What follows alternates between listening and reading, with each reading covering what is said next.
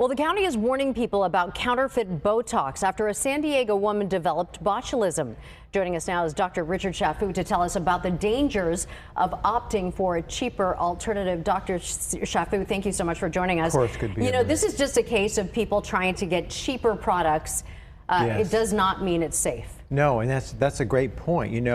You're playing with your life, and unfortunately, the counterfeit Botox, Maria, it's developed from the bacteria that causes food poisoning. That is lethal. And there's a reason that it's made carefully and regulated by the FDA and only sold to physicians, in licensed healthcare facilities to provide, because when you're getting something counterfeit, you don't really know what you're getting. And obviously this woman got something that much different than what she thought she was going to get, and was somewhere where there was no support services available if you have a complication. And that's why we have professionals do these procedures or inject or administer these drugs.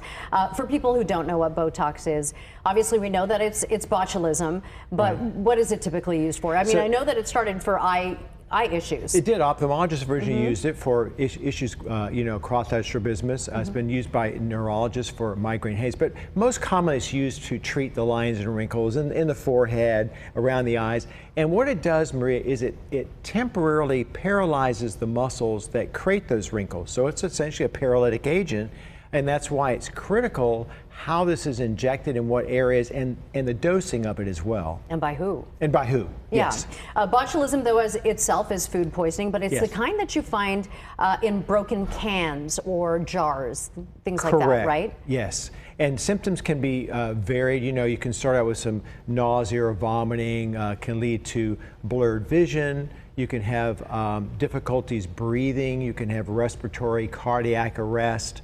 So essentially, it has the potential to be a lethal disease if untreated. Were those the symptoms that San Diego woman was probably experiencing? Yes, exactly. I think she had some headaches, some blurred vision, some lightheadedness, some problems breathing. So all of those symptoms that you would expect to see from botulism was associated with getting this counterfeit Botox.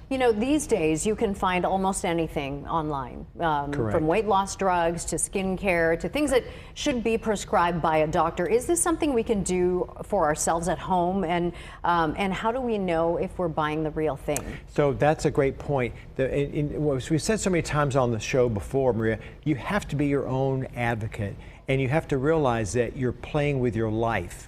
That yes, you might save money, you might think I'm doing something smart, I'm getting something less expensive, but the downside is serious consequences that can be fatal. So you really want to go to see, your health is worth more than that.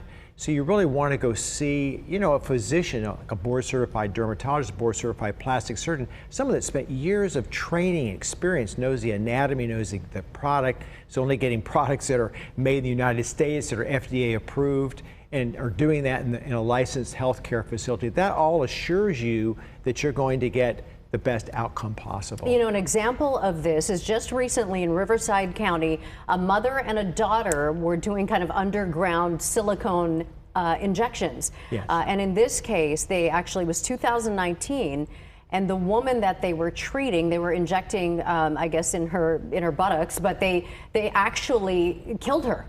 She ended up dying, and so that is an example, isn't it? For cheaper is not better. No, and the problem is the public needs to understand that drugs are all regulated by the FDA. That's what protects us as consumers. Silicone is illegal to be injected in the United States in any amount, in any form. So that's red flag number one.